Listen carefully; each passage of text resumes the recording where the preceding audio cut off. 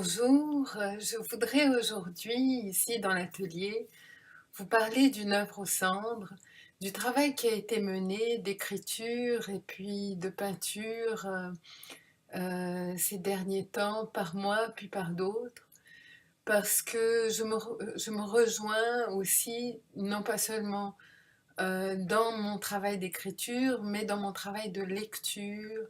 Et j'ai reçu aujourd'hui la très bonne nouvelle aux éditions Arachné de la publication de Vivre à la hache de Nicolas Rosier.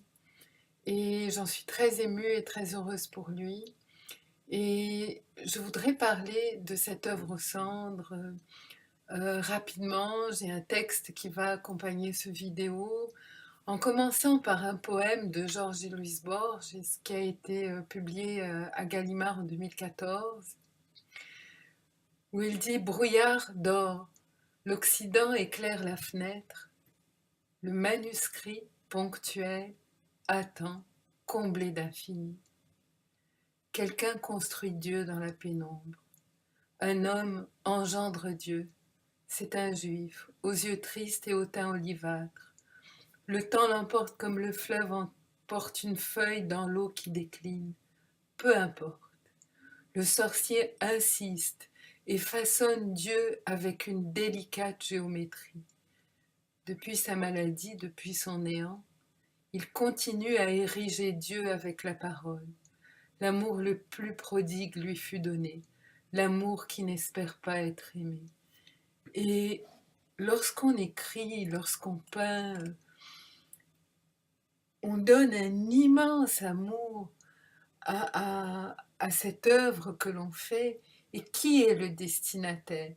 Moi, j'ai deux destinataires, Ulysse et Icare. Peut-être parce que ce sont des doubles masculins de féminin auquel je m'identifie. D'une part, Pénélope, qui tisse et construit et déconstruit cette tapisserie à l'infini en essayant de euh, maîtriser une certaine pression autour d'elle, en disant: attendez, il n'est pas encore temps de ces noces euh, crépusculaires avec Ulysse, qui sont finalement cette rencontre d'un être avec la part immergée de soi-même, cette part imaginaire, cette part qui part en Odyssée, qui navigue au loin et que l'on va retrouver à un moment donné.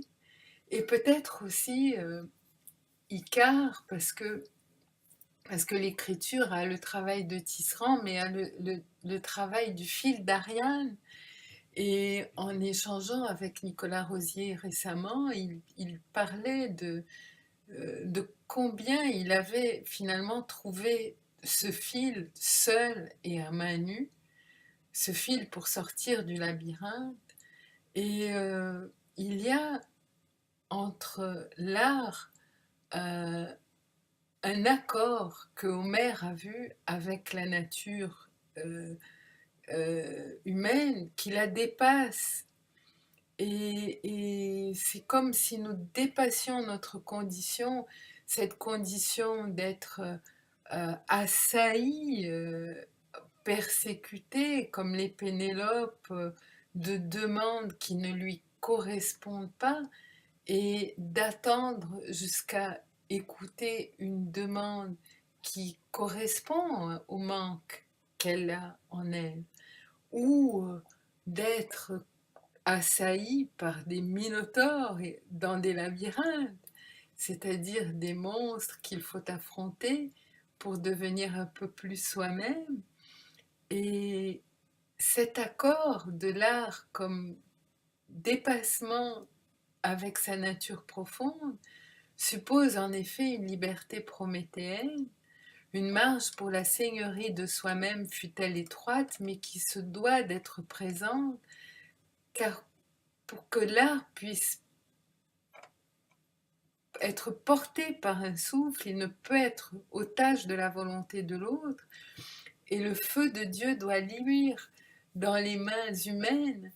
Euh, et c'est ainsi que j'ai créé cette expression, les mains forgées par l'aube, c'est-à-dire ces mains prométhéennes, ces mains qui ont en elle par l'écriture, par la peinture, par la musique. Je songe à Caroline Canella, mon amie épistolaire, compositrice depuis des années, musicienne, en ce sens, parce qu'il place les hommes et les femmes en condition d'auteur, l'on peut, l'on peut dresser un parallèle entre l'art et une certaine seigneurie de soi-même, parce qu'il autorise, il ouvre l'espace à l'épopée homérique de l'art de l'être.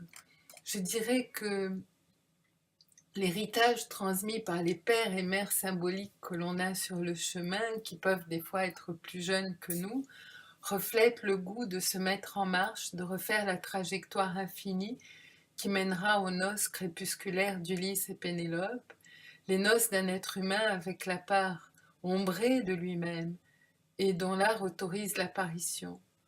En ce sens, l'art a partie liée avec l'inconscient avec lequel il se place en accord intime et ouvert, dans la mesure où il permet la mise en jeu des souffles, des inspirations et par là révèle à celui qui crée, tout comme à celui qui reçoit la création, comment et avec qui il comble son désir et pourquoi.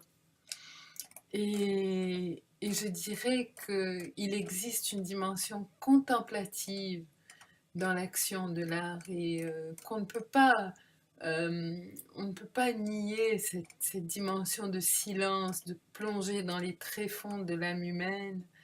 Et je souhaiterais dire que au lieu de nous garder prisonniers d'un lieu, l'art nous offre le seuil, le passage, l'éveil au non-lieu de Marc Auger, à la fois effrayant car il nous ouvre à l'étrange, à la détériorisation. En lisant Burke, on parle de l'horrifique, mais seuil également profondément libérateur car ils nous permettent de passer. L'éveil n'est pas un acquis mais une mise en mouvement. C'est un devenir, un dire inspiré autant que penser, un dire soufflé où les émotions se joignent au travail de l'artiste pour ouvrir une perspective nouvelle, pour comprendre et saisir la portée au sens musical de nos conflits émotionnels, de nos souffrances, de nos craintes, de nos cauchemars. En effet, si la partition est mauvaise, par là, nous pouvons en changer. Si le scénario nous déplaît, nous pouvons en construire un autre. Si le masque ne nous convient pas, nous pouvons en changer. En effet, l'art porte avec lui une vérité réparatrice, une vérité des recommencements. Elle peut enlever une vie de l'abîme, dessiner des échelles, des cordes, car elle ne s'esquive pas devant les abîmes, pardon, parce qu'il ne s'esquive pas devant les abîmes. Et c'est y lire les marches qui y conduisent et celles qui nous sortent du gouffre. La gamme des émotions aux variations infinies peuvent être salvatrices. L'art prête sa voix à cette modulation à l'infini qui émerge du vide et retourne au silence.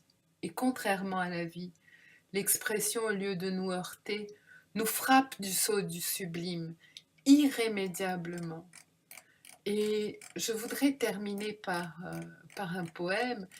J'ai beaucoup écrit, mais dans sa vidéo, ça va devenir terriblement ennuyeux. Donc, je dirais que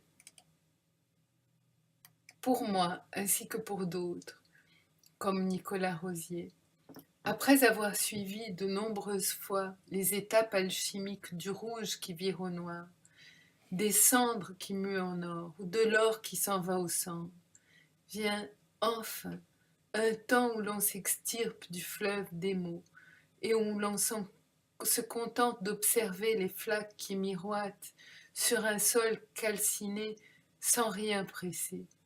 Les balises deviennent désormais inutiles. Au-delà des catégories établies blanc, jaune, rouge ou noir, à nulle part, parce que nous sommes à nulle part, le sens brûlé circule enfin entre nous.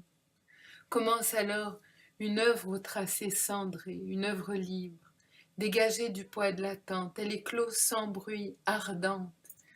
Le témoin devient poète, l'ami un savant, il n'y a plus de maître, simplement des balbutiants.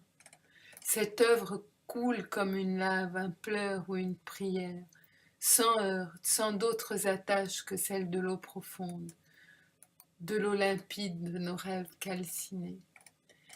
Merci, je vais essayer de mettre cette tentative de décrire un peu l'œuvre aux cendres en ligne et je vous remercie de votre attention. À très bientôt dans un prochain vidéo.